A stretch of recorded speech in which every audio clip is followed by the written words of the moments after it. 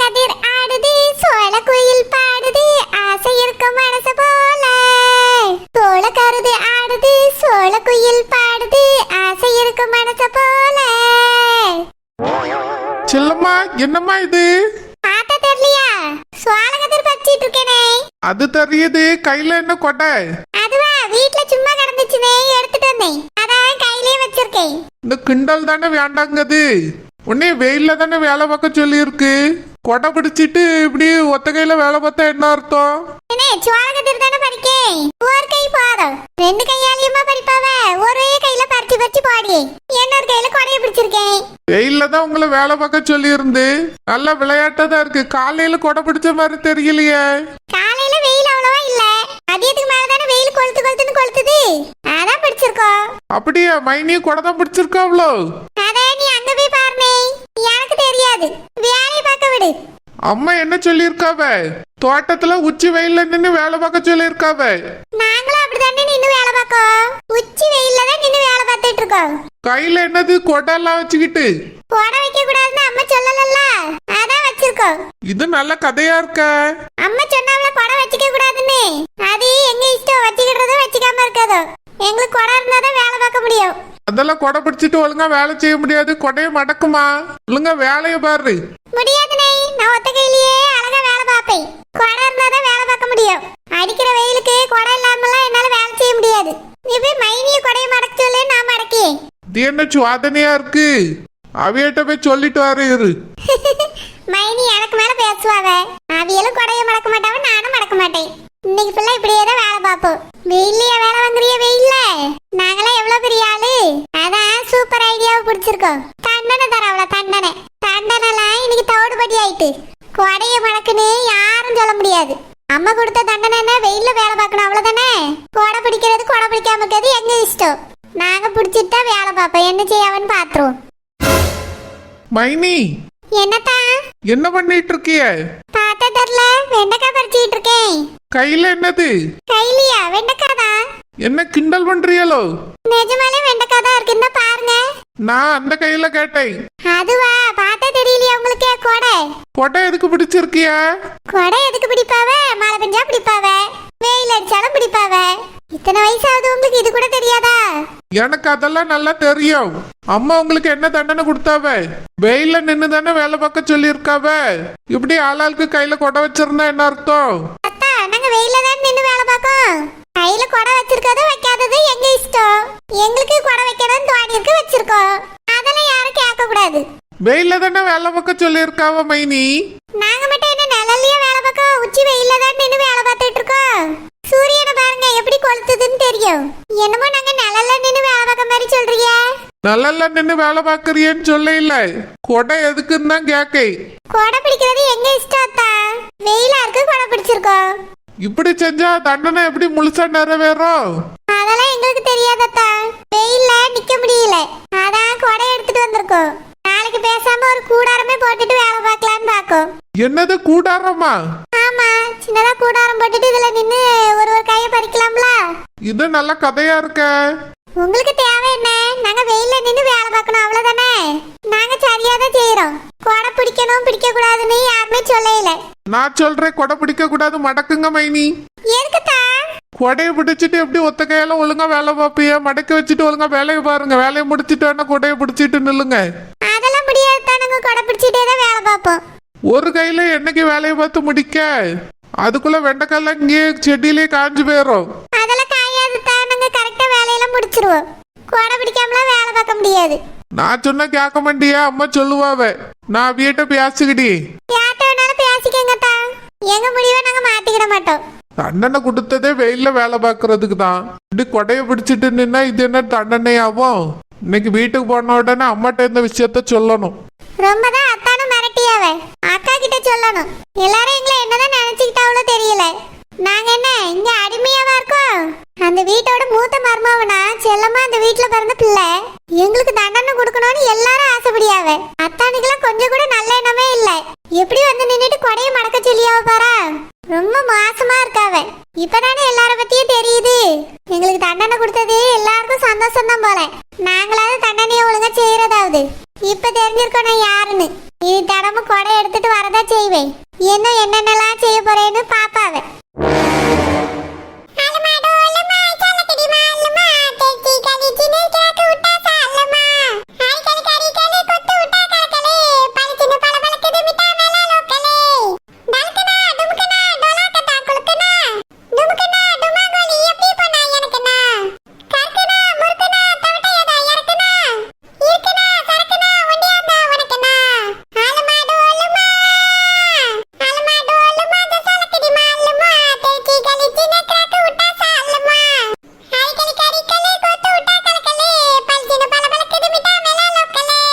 Ashwin, plan சக்சஸ்டா. நான் உங்ககிட்ட சொன்னேன்ல லெட்டர் எழுதி போட போறேன்னு. லெட்டர் எழுதி போட்டாச்சு. நாளைக்கு இந்த வீட்ல ஒரு வெடிகுண்டு வெடிக்க போகுது. டேய், அந்த வெடிகுண்டு நம்மளெல்லாம் பாதிக்காதுடா. மாட்ட போறது அந்த சரோஜினி, வெளியே போக போறது அந்த சுப்பிரமணியம் சரோஜினியும். ஒரே கல்ல ரெண்டு மாங்காய். எதுடா தப்பு? அஸ்வின், ஆல்ரெடி உங்ககிட்ட சொல்லிட்டேன். அவங்க எல்லாரும் வீட்டை விட்டு வெளியே போனாதான் நம்ம இந்த சொத்தெல்லாம் எழுதி வாங்க முடியும். புரியுதா உனக்கு? நம்ம நல்லா இருக்கணும்னா 4 பேரை கெட்டவங்களாக்குறதுல தப்பு இல்ல. நீ பேசுறதே சரியில்லையே. உங்க சித்திட்ட எதுவும் வளர்னியோ? ஏதாவது வளர்னேன்னு வச்சுக்க, அந்த நிமிஷமே உன்னோட ஃப்ரெண்ட்ஷிப் கட்டு.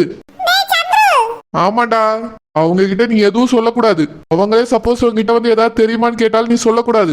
என் பேர் மட்டும் இதுல வெளியே வந்துச்சு, உன் ஃப்ரெண்ட்ஷிப் அதோட கட் பண்ணிடுவேன். இந்த வீட்லயே நீ இருக்க முடியாது.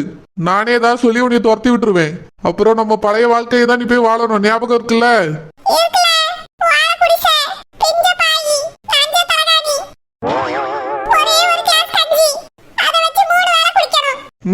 ஞாபகம் இருந்தா சரி.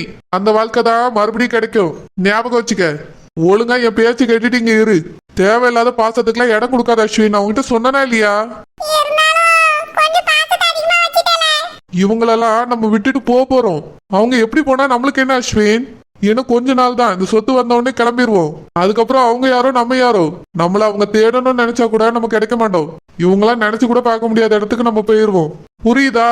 தேவையில்லாம சென்டிமெண்ட் ஃபுல் ஆகாத. அவங்கள நீ சும்மா சித்தின்னு பேருக்கு தான் கூப்பிடுற. நிஜமாலே அவங்க உனக்கு சித்தி இல்ல. இந்த வீட்டுல இருக்காங்களே அவங்க உனக்கு அண்ணியே இல்ல. எல்லாம் சும்மா. ஆமாண்டா, அம்மாவா அண்ணனா அப்பாவை எல்லாரையும் நான் சும்மா தான் கூப்பிடுறேன். யாரையும் நான் மனசுல இருந்து கூப்பிடல. இந்த நிமிஷம் சொத்து என் கைக்கு வந்தாலும் சரி, எல்லாத்தையும் வித்துட்டு கிளம்பி போயிட்டே இருப்பேன். ஒரு செகண்ட் கூட இவங்களெல்லாம் நான் நினைச்சு பார்க்கவே மாட்டேன்.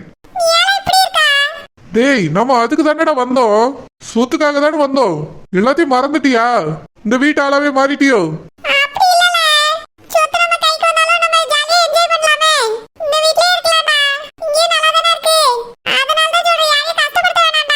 இங்க பாரு அஸ்வின், இங்க நடிக்க மட்டும் தான் வந்திருக்கோம்.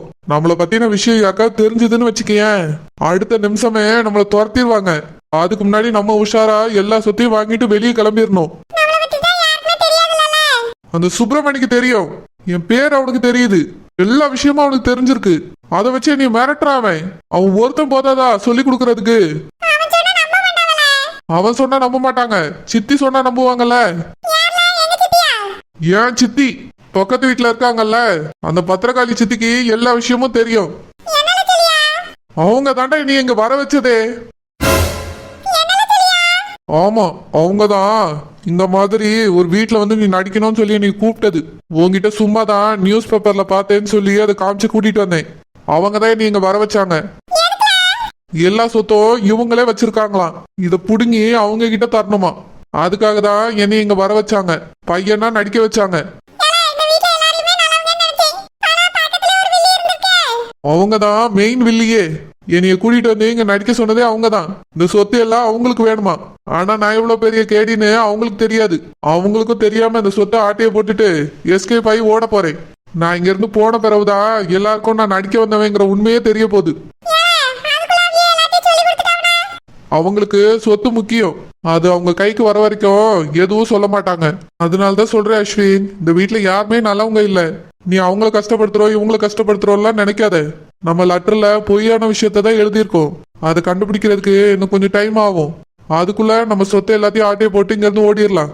அப்புறம் அவங்க கண்டுபிடிச்சு ஒண்ணு சேர்ந்தா என்ன, சேராட்டி நம்மளுக்கு என்ன, நம்ம எஸ்கேப் ஆயிருவோம். அவ்வளவுதான். ஒரு கைப்பிடி மண்ணு கூட உங்களுக்காக நான் விட மாட்டேன். எல்லாத்தையும் ஒரு ஆளை பார்த்து வித்துட்டு கிளம்பிட்டே இருப்பேன்.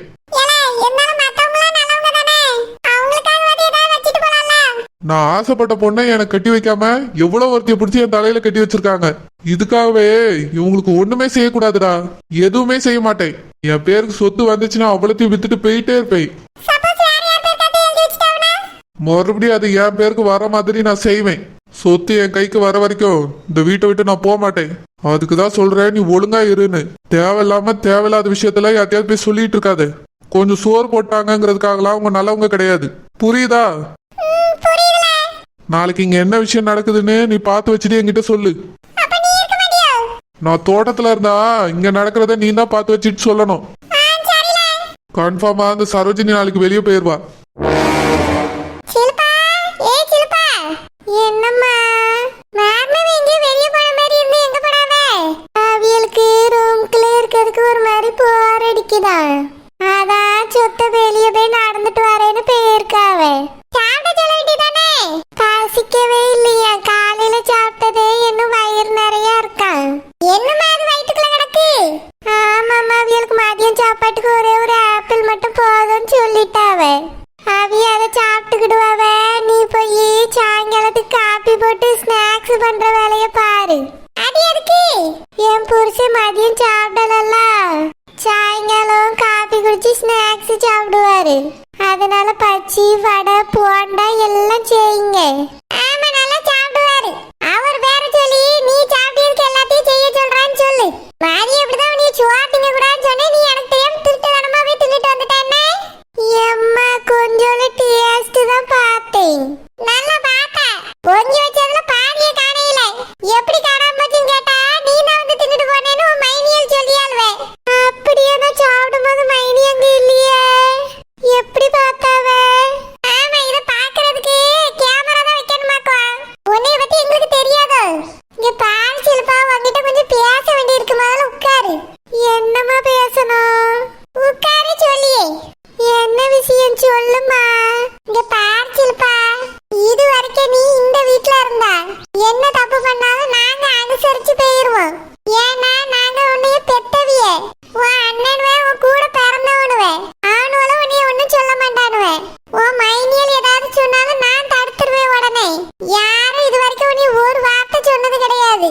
அதை சாப்பிடாத இதை சாப்பிடாதன்னு சொன்னது கிடையாது. அம்மா இன்னைக்கு கூட சாப்பிடாதன்னு சொன்னியே. சாப்பிடாதன்னு சொல்லையில உன் புருஷன் சாப்பிடும்போது சேர்ந்து சாப்பிடுன்னு தான் சொல்லியிருந்து. கம்மியா சாப்பிடுன்னு சொல்லுவியம்மா. கரெக்ட் தானே? நாங்களும் கம்மியா தானே சாப்பிடியா? உனக்கு மட்டும் தனியா ஒரு பானை சோறு பொங்க வேண்டியிருக்கு. அதான் குறைச்சு சாப்பிடுன்னு சொல்லியே. யாராவது அவ்வளவு சாப்பிடியாவளோ? உன் புருஷன் அவ்வளவு சாப்பிடியாரா? நீ மட்டும் இப்படி சாப்பிட்டா என்ன நினைப்பா வந்து வீட்டுல? அங்க யாருமே எதுவுமே நினைக்க மாட்டாவம்மா. அங்க எல்லா வேலையும் செய்யறதுக்கு ஆள் இருக்கு. சோறு பொங்கி போடியதுக்கு ஆள் இருக்கு. ஆள் இருந்தாலும் இப்படி எல்லாம் திங்க கூடாது. ஏற்கனவே உன் புருஷன் நீயும் ஒரே சைஸ்ல இருக்கிறிய. இப்ப கல்யாணம் முடிஞ்சு அங்க போயிட்டு வந்த உடனே நீ ஒரு சைஸ் ஊதுன மாதிரி தெரியா. இதெல்லாம் சரியில்லை சிலப்பா. சாப்பாடு ஒரு அளவுதான் சாப்பிடணும். இங்க இருக்கும் போதே உனக்கு நான் பல தடவை சொல்லி இருக்கேன், நீ கேட்க மாட்டேன். இப்ப அம்மா சொல்லியதாவது கேளு. என்னம்மா? சாப்பாட குறைச்சு சாப்பிடு. இங்க சாப்பிட்ட மாதிரி அங்கேயே போய் சாப்பிடாத. 3 வேளைக்கு மட்டும் சாப்பிடு. அதுவும் ஒரு தட்டு சோறு சாப்பிட்டா போதும். தட்டு தட்டா போட்டு சாப்பிடணும்னு அவசியம் இல்லை. எம்மாங்க 3 வேளை தான் சாப்பிடியே, ஆனா மொத்தமா சாப்பிட்றியே. என்னது? ஆமா, இங்க பசிச்ச உடனே தட்டுல சோறு போட்டு 1 மணி நேரத்துக்கு ஒருக்கா 2 மணி நேரத்துக்கு ஒருக்கா சாப்பிடுவேல. அங்க அப்படிலாம் இல்ல, ஒரே நேரமா மொத்தமா சாப்பிட்றியே. அப்புறம் மதியத்துக்கு பிறகு ராத்திரிக்கு தான் சாப்பிடுவேன்.